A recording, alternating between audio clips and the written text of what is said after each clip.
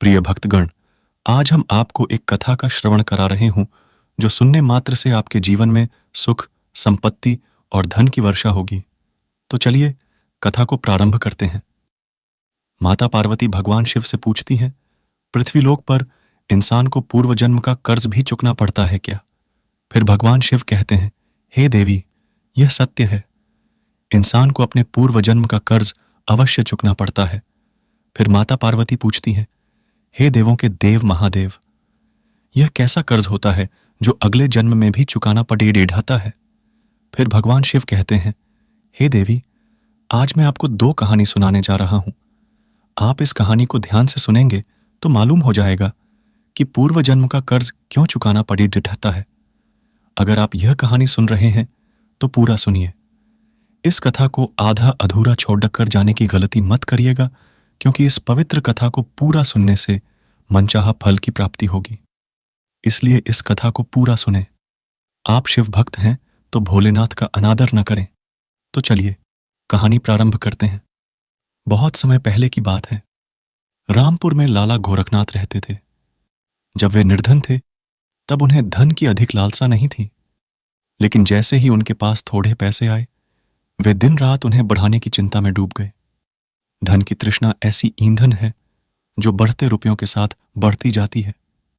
लाला गोरखनाथ सोचते थे कि काश कोई ऐसी युक्ति मिल जाए जिससे कुछ ही दिनों में वे लाखों रुपये जमा कर लें। पहले वे रुपये पैसे को हाथ का मैल समझते थे, लेकिन तब वे मूर्ख थे। अब उनकी आंखें खुल गई थीं और वे साधु और महंतों की सेवा में लगे थे। उन्हें बीड़ी डेढ़ी ही श्रद्धा थी। इसके अलावा लालच की भड़कती हुई ज्वाला ने उनके अन्य सभी गुणों को भी जला दिया था, लेकिन उनका अंतरात्मा हमेशा के लिए नष्ट हो गया था। यह नहीं था कि कभी कभी उनकी पुरानी आदतें उन पर हावी नहीं होती थीं।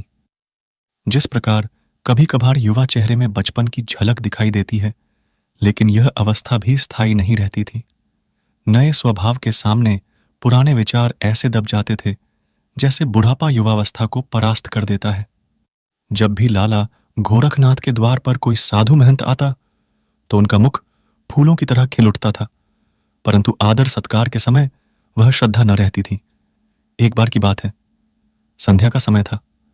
लाला गोरखनाथ के द्वार पर एक साधु आकर रुका और बोला, क्यों बेटा, रात काटने के लिए साधु को स्थान मिल जाएगा।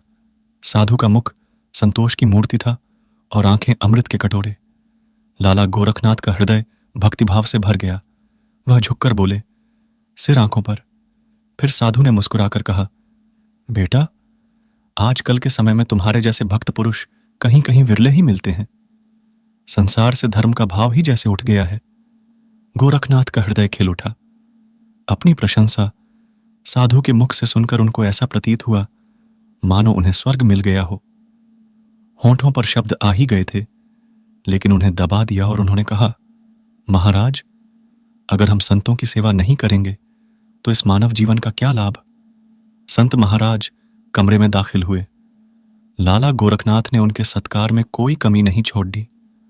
उन्होंने बासमती चावल पकाए, मीठे दही के बड़ढे तैयार किए और दाल और सब्जियों में इतना घी डाला कि वह जैसे नदी की धारा में जल बहता है।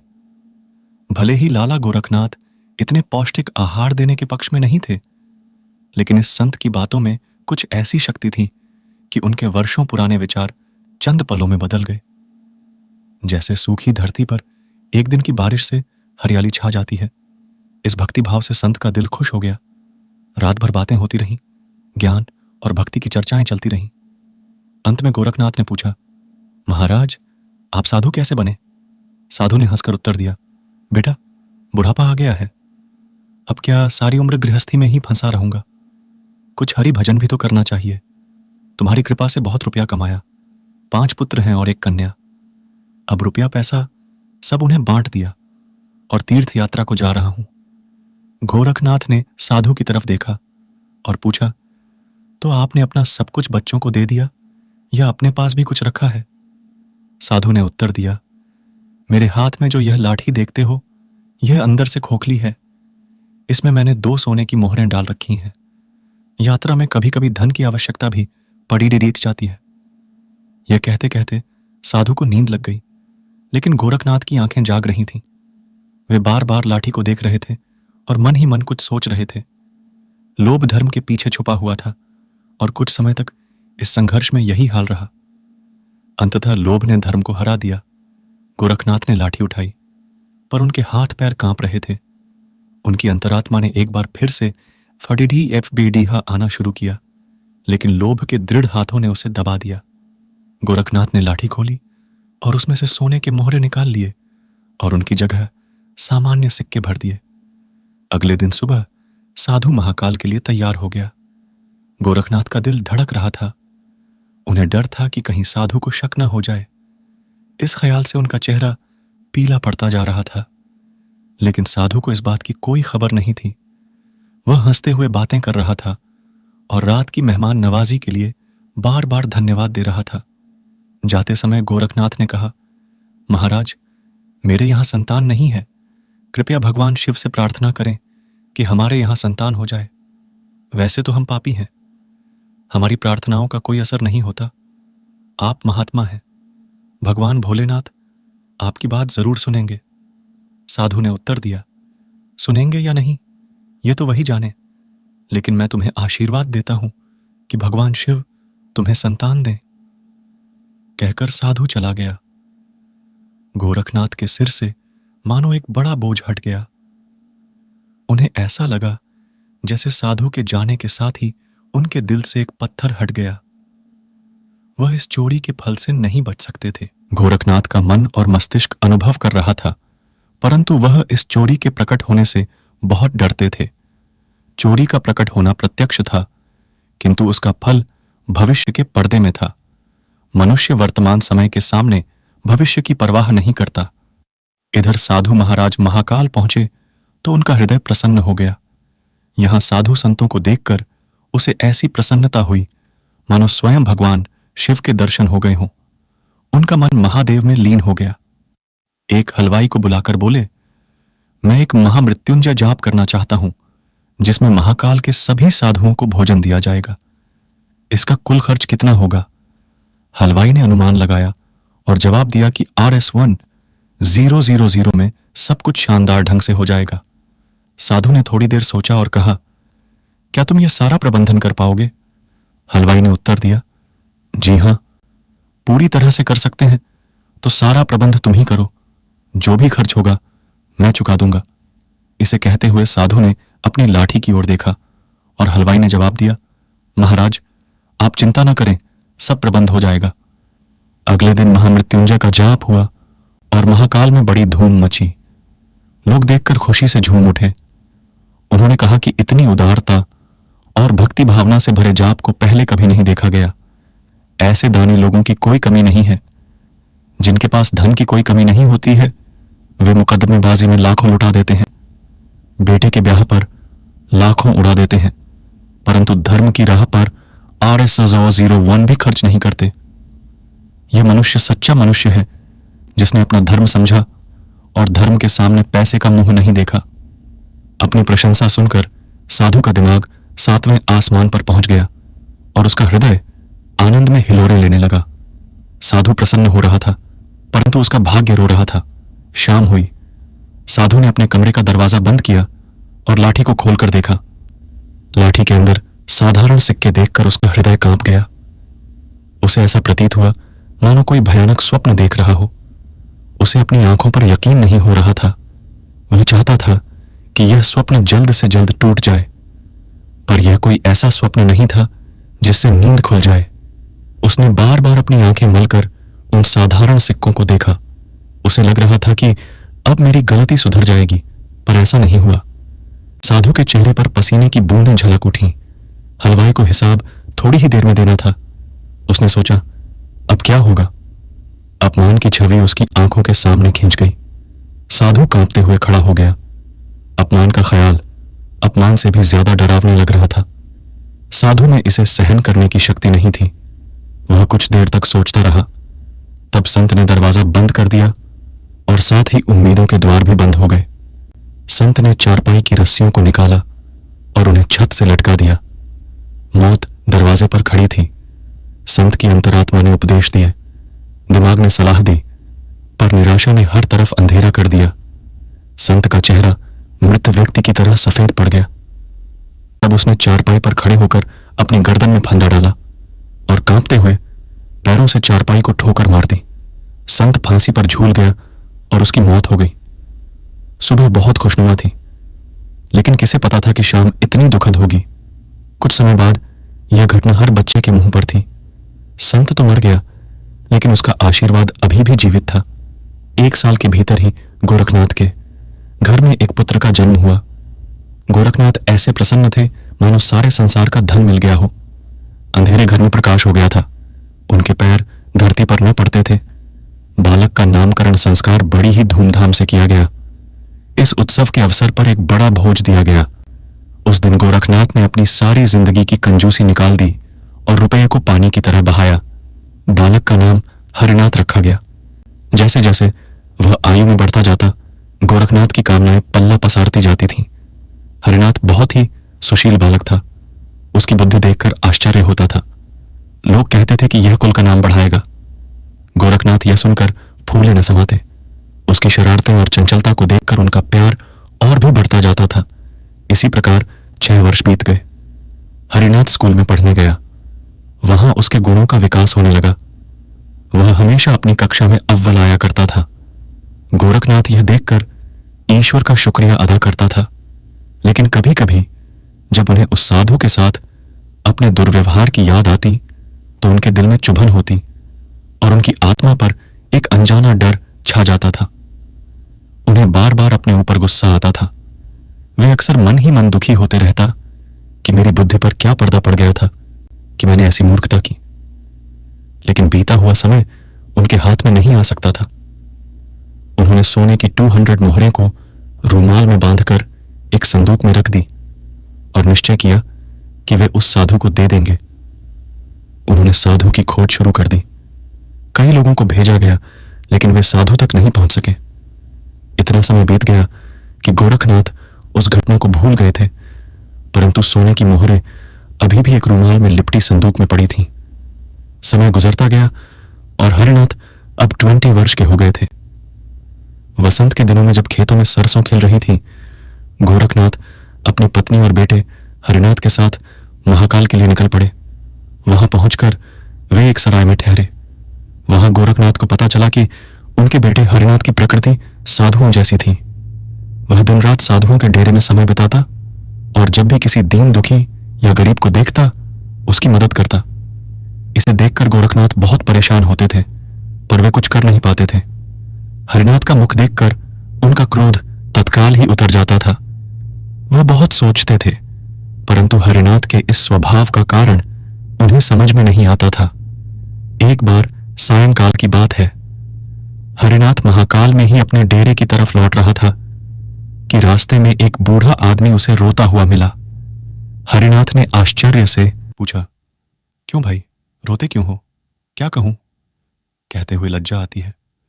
फिर भी बताओ। तो मैं गंगा जी में डूबकर अपना जीवन खत्म करने जा रहा हूं, क्योंकि मुझे व्यापार में घाटा हुआ है और मेरे सिर पर बहुत सा कर्ज है। व्यापार में नुकसान हुआ है और कर्ज भी है, पर यह तो छोटी सी बात है।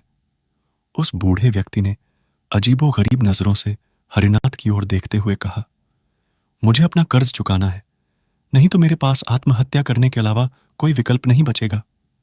हरिनाथ कुछ देर तक चुप रहे। यह मौन उस दुर्भाग्यशाली बूढ़े व्यक्ति के लिए एक उम्मीद बन गया। उनके आंसू थम गए। फिर हरिनाथ ने पूछा कि कितने पैसों की जरूरत है तुम्हें? जब इंसान निराश होता है तब उसे हर कदम पर उम्मीद नजर आती है। बूढ़े व्यक्ति ने हिसाब लगाकर जवाब दिया कि मेरे सिर पर लगभग 2000 का कर्ज है। हरिनाथ फिर से कुछ देर के लिए चुप रहे। फिर उन्होंने कहा, चिंता मत करो, इंतजाम हो जाएगा। बूढ़े आदमी ने पूछा, तो कब तक? आज ही रात तक कर दूंगा। तुम मुझे कहां पर मिलोगे? बूढ़े ने कहा, चौक पर जो हलवाई की बड़ी दुकान है वह मेरी ही दुकान है, मैं तुम्हें वहीं पर मिलूंगा। हरिनाथ भागता हुआ वापस सराय में पहुंचा। उस समय उसके हृदय में हलचल सी मची हुई थी। उसका चित्र व्याकुल था।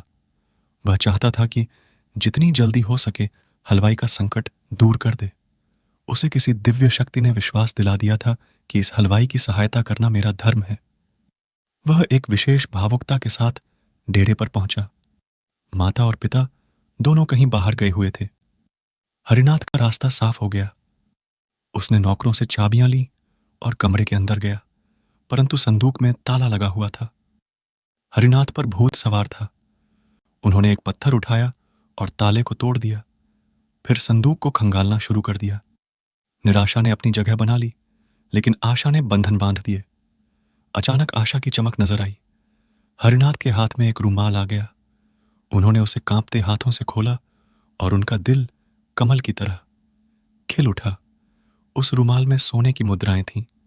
यह वही सोने की मुद्राएं थीं जिन्हें गोरखनाथ ने कभी एक साधु से चुराया था। मुद्राओं की गिनती की तो वे पूरी 200 निकली। हरिनाथ का दिल प्रसन्नता से भर गया। उन्होंने मुद्राएं अपनी जेब में डाली और रूमाल को वापस संदूक में रख दिया और ऐसे भागे जैसे कोई पुलिस वाला उनके पीछे हो। हरिनाथ ने भलाई करने के लिए बुराई का सहारा लिया था। अपने काम को पूरा करने के बाद वह वापस अपने ठिकाने पर पहुंचे। रात का समय था और वह अभी बैठे ही थे कि उनके पेट में दर्द शुरू हो गया। हरिनाथ एक साहसी युवक था और बड़े से बड़े कष्ट में भी कभी हिम्मत नहीं हारता था, लेकिन यह दर्द इतना विचित्र था कि उनकी चीख निकल गई। गोरखनाथ ने भी जब देखा तो उन्हें लगा जैसे कोई आपदा आने वाली है। वे डॉक्टर के पास भागे, पर वापस आने से पहले ही हरिनाथ ने प्राण त्याग दिए। जब गोरखनाथ ने यह सुना तो वे गिर पड़े और कई दिनों तक बीमार रहे। परंतु हरिनाथ के साथ क्या हुआ था यह आज तक उन्हें समझ नहीं आया। एक दिन उन्होंने संदूक में हाथ डाला तो उन्हें मोहरों वाला रूमाल नहीं मिला। तभी उन्हें कई वर्षों पुरानी एक घटना याद आई। लेकिन उन मोहरों के खो जाने और हरिनाथ की मृत्यु के बीच का संबंध उन्हें कभी समझ नहीं आया। फिर भगवान शिव कहते हैं, हे देवी, कहानी सुनने वालों ने शायद समझ लिया होगा कि इन दोनों घटनाओं में क्या संबंध था। वास्तव में वह साधु जिसकी मोहरें गोरखनाथ ने चुराई थीं, उसने गोरखनाथ के बेटे हरिनाथ के रूप में पुनर्जन्म लिया था। उसी ने उन्हीं सोने की मोहरों को लाला गोरखनाथ से चुराकर उस बूढ़े हलवाई को दे दिया जो पहले साधु के लिए भंडारे का प्रबंध किया था। इस प्रकार उसने अपने पूर्व जन्म का कर्ज चुका दिया। जैसे ही उसने अपना आहरण चुकाया, हरिनाथ के प्राण निकल गए। साधु ने उस हलवाई को अपना पूर्व जन्म का आनंद चुका दिया और लाला गोरखनाथ के लिए उनका यही कर्म उनकी सजा थी, जिसके चलते वह अपने युवा बेटे की मौत के दुख में जीवन भर रोते रहा। फिर भगवान शिव कहते हैं, हे देवी, एक और कथा सुनने जा रहा हूं, इसे भी ध्यान से सुने। लाला दयाल गांव के महाजन थे और कई लोगों को ब्याज पर पैसे उधार देते थे। वह मुख्य रूप से कचहरी में मुंशी के रूप में काम करते थे और अपनी बचत को RS 20 प्रति सैकड़ा की दर से वार्षिक ब्याज पर उधार दे देते थे। वे ज्यादातर गरीब लोगों को ही पैसे देते थे और अमीर लोगों से बचते थे। उन्हें अपने यहां आने नहीं देते थे। उनका मानना था कि अमीर लोगों को पैसे देना बेकार है, क्योंकि जब उन्हें पैसे चाहिए होते हैं तो उनके पास बहुत संपत्ति होती है, लेकिन पैसे मिलते ही उनकी सारी संपत्ति अदृश्य हो जाती है। कानूनी कार्रवाई का प्रभाव भी बहुत कम होता है जब गरीब व्यक्ति सारी राशि ब्याज समेत चुका देता है। एक दिन लाला दयाल कचहरी से घर लौटते समय उन्होंने एक अजीब घटना देखी। एक व्यक्ति अपनी गाय बेच रहा था और उसे कई लोगों ने घेर रखा था। कुछ लोग उसे पैसे दे रहे थे तो कुछ उसके हाथ से गाय की रस्सी खींचने का प्रयास कर रहे थे। परंतु वह गरीब व्यक्ति हर बार खरीदारों का मुंह देखकर कुछ सोचता और फिर रस्सी को और भी दृढ़ता से पकड़ लेता। गाय बहुत ही मनोहर थी, उसकी छोटी सी थी और दूध से भरी थी। वह व्यक्ति बहुत ही दुखी मालूम होता था। वह बड़े ही करुण नेत्रों से गौ को देखता और दिल महसूस कर रह जाता। दयाल गौ को देखकर रीझ गए। पूछा, क्यों जी, ये गौ बेचते हो? क्या नाम है तुम्हारा? वह व्यक्ति दयाल को देखा तो प्रसन्न मुख होकर उनके समीप जाकर बोला, हाँ हुजूर, बेचता हूं। कहां से लाए हो? तुम्हारा नाम क्या है? नाम तो वेद प्रकाश है, कचौली में रहता हूं। यह गाय दूध देती है। हाँ हुजूर, एक बेला में 4 शेर दूह लीजिए। इतनी सीधी है कि बच्चा भी दूध निकाल ले। बच्चे पैर के पास खेलते रहते हैं, पर क्या मजाल की सिर भी हिला दे। कोई तुम्हें यहां पर पहचानता है?